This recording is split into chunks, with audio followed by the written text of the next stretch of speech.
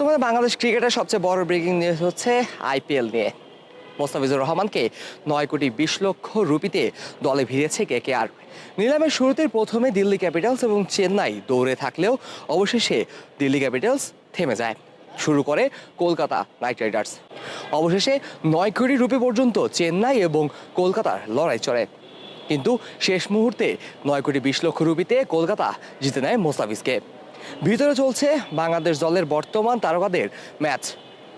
দর্শকদের কাছে জানতে চাবো মোস্তাফিজকে নিয়ে তাদের কি আশা রয়েছে এবং আইপিএলে যে মোস্তাফিজ এত টাকা বাঁধা 9,20,00,000 রুপিতে দলে ভিড়েছে কলকাতা, তাদের প্রতিক্রিয়া কি? জি, অবশ্যই ভালো লাগছে আমাদের। আপনারা জেনে থাকবেন যে বাংলাদেশে প্রচুর পরিমাণ আইপিএল ফ্যান্স আছে। তো সেই ক্ষেত্রে যখন আমাদের বাংলাদেশে একজন প্লেয়ার কেকেআরে জায়গা পেয়েছে, এটা অবশ্যই আমাদের জন্য অনেক গর্বের ব্যাপার। আর সেখানে এত টাকায় মুস্তাফিজুর রহমান কিনেছে, এখানে অবশ্যই আমরা সকলেই খুশি। এর আগে সাকিব যখন ছিল তখন কলকাতার ফ্যান ফলোয়ার কিন্তু বাংলাদেশের দিক থেকে অনেক বেশি ছিল। সাকিবটা ছেড়ে দেওয়ার পরে কিন্তু কমে গেছিলো। ইনশাল্লাহ এবার আমরা সবাই কলকাতাকে সাপোর্ট করব শুধু মুস্তাফিজের জন্য। বাংলাদেশের পক্ষ থেকে এখন পর্যন্ত মুস্তাফিজকেই প্রথমে আইপিএলে বিট করা হয়েছে আজকে। তারপরেও অনেক বেশি মূল্যে, যেটা আমাদের জন্য প্রাপ্য। আমাদেরকে এতদিনে বাংলাদেশের প্লেয়ারদেরকে ন্যায্য মূল্যে কেনা হয় না, আমরা মনে করি। আমরা দর্শক হিসেবে, সাপোর্টার হিসেবে মনে করি যে মুস্তাফিজকে 9,20,00,000 টাকায় নেওয়ার কারণে এবার কলকাতার পক্ষে সবার সাপোর্ট বেশি থাকবে বাংলাদেশের থেকে। টিমে আগে আমরা বাদশাবীকে দেখেছি, সাকিব আল হাসানকে দেখেছি, এখন লিটন দাসকে দেখেছি, এখন আমরা মুস্তাফিজকে দেখতে পাচ্ছি। এবং মুস্তাফিজকে নিয়ে যে দিল্লি আর চেন্নাইয়ের যে কাটা মানে বিট করছিল, তখন আমাদের তো আমাদের এখানে ভাইয়েরা অনেক উল্লাস করছিল এবং সারা স্টেডিয়াম জুড়েই মুস্তাফিজকে যখন বিট করছিল তখন প্রচুর রকমের উল্লাস করেছে এবং আমরা এতে অনেক খুশি হয়েছি, অনেক খুশি আলহামদুলিল্লাহ যে ইনশাল্লাহ এবার কলকাতা চ্যাম্পিয়ন হবে মুস্তাফিজ ইনশাল্লাহ।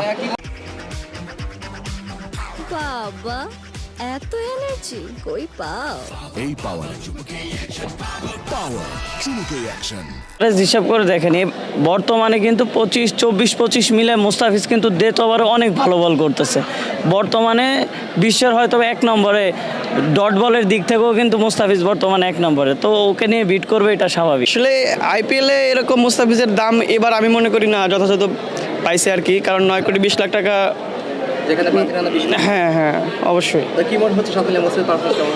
মুস্তাফিজের পারফরমেন্স আপনি বিগত টুর্নামেন্টগুলো যদি দেখেন অবশ্যই ভালো। আমি আশা করি এবারও অনেক ভালো করবে আর কি। আমার কাছে মনে হয় যে পাথিরানার আগে যদি মুস্তাফিজের নামটা আসতো, হয়তো বা পাথিরানা কেউ ছাড়িয়ে যেত পাথিরানার প্রাইস হিসাবে। এবার কি মনে হচ্ছে আইপিএল মুস্তাফিজ কিরকম করবে?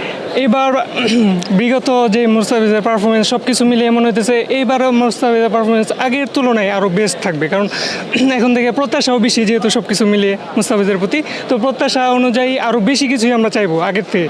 9,20,00,000 ভিত্তি মূল্যে কলকাতা নাইট রাইডার্স মোস্তাফিজকে দলভুক্ত করেছে। দর্শকরা আশা করছে মোস্তাফিজ এবার অসাধারণ খেলবে এবং মোস্তাফিজ কিন্তু এবার সবচেয়ে বেশি ডট বলের রাজাই বলা যায়। সব মিলিয়ে দর্শকরা প্রত্যাশা করছেন মোস্তাফিজ এবার ফাটাফাটি আইপিএল খেলবে।